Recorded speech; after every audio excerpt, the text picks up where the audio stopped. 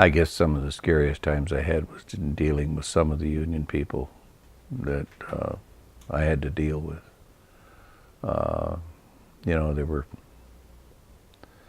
were times in Chicago when it got pretty tenuous, and it took a lot of courage to go through some of the stuff that I had to face.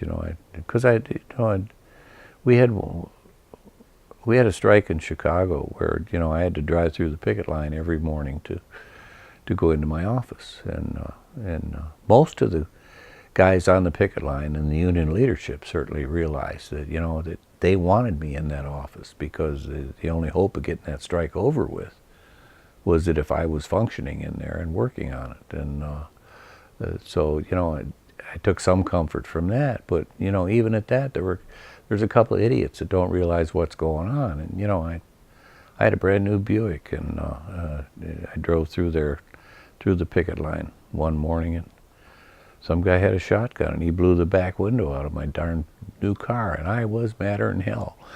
And so I slammed on the brakes and jumped out of that car, and I started back through the picket line. I was just hopping mad. But then I looked, and there were about 150 guys standing there, and they were all bigger than me. And so I turned around, got back in my car, and went and parked. So, but some of the stuff I had to face there was had the potential to become nasty. Was he aiming at you?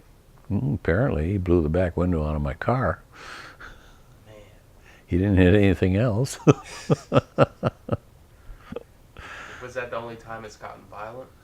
Oh yeah, I lost a couple of sets of tires on that same car, that same strike. But and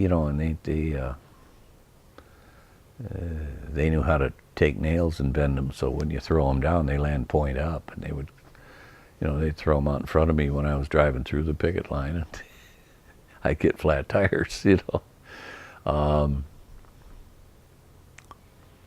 They threatened my family at one point in time, so I had to go down and raise some hell at the union hall over that one. So it was walking into the tiger's den. But it had to be done. They threatened one of my sons, and I just let him know that if anything happened to that boy, I'd kill him. He said, I didn't do it. I said, I don't care, you're responsible for it. So listen to me hard, because I mean it, and it stopped.